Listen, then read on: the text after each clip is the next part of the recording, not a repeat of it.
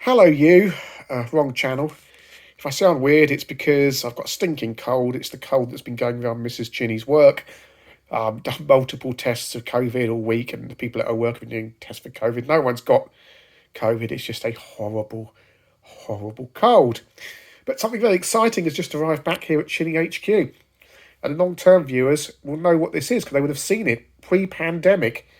I last saw this. It went off to be repaired, and long story short, it ended up more recently with someone else to be repaired who has fixed it, all thanks to the efforts of Futures 8-Bit and Mutant Caterpillar, who have sorted this all out for me.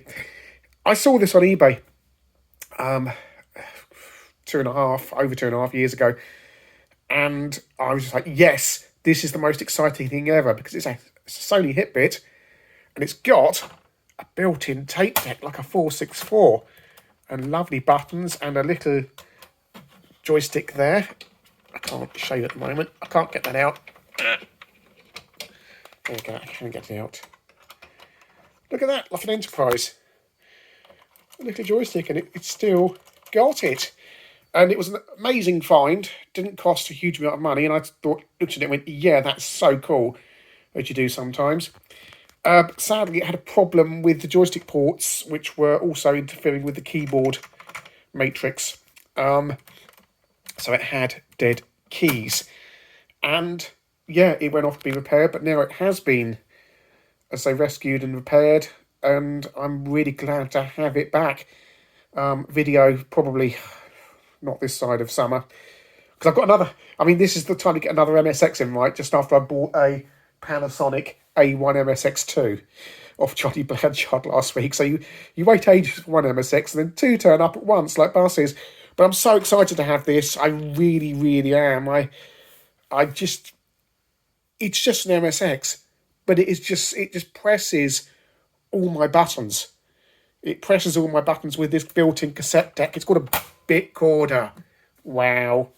The little joystick port there, the two joystick connector there, the two cartridge ports on the top, the built-in Kate tape counter, a monitor high-low thing switch, which I need to find, and all these hard plastic keys on top. It's just cool. It's just absolutely brilliant. It clearly came from abroad originally, although I bought it from the UK.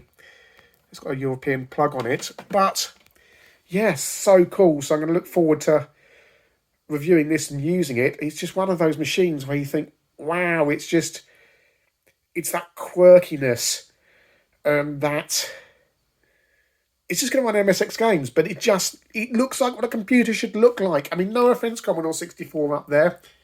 You should see the state of my setup. It's really bad. No offense, Commodore 64, nearly coughed. I'm afraid you're not a looker. You're a good machine, but you're not a looker. BBC Master, you're not a looker either. Spectrum Plus 2, yeah, you're quite good. Atari ST, but this looks like what a computer should look like. Built-in storage. Oh, it's black. It's got keys. It's all really nice. And yeah, so I'm looking forward to looking at this once I've got an AV cable for it, because I don't actually have one because it uses the 6-pin composite. Because it doesn't have a phono. I tip it up here. It's only got UHF on it, I think. Yeah, I've got UHF on it.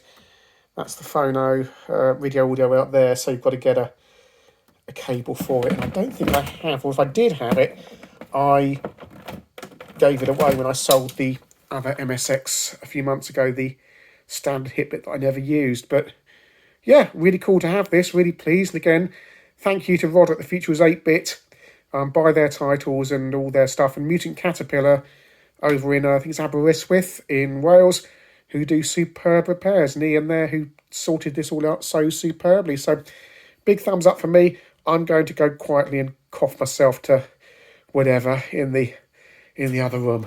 Ugh.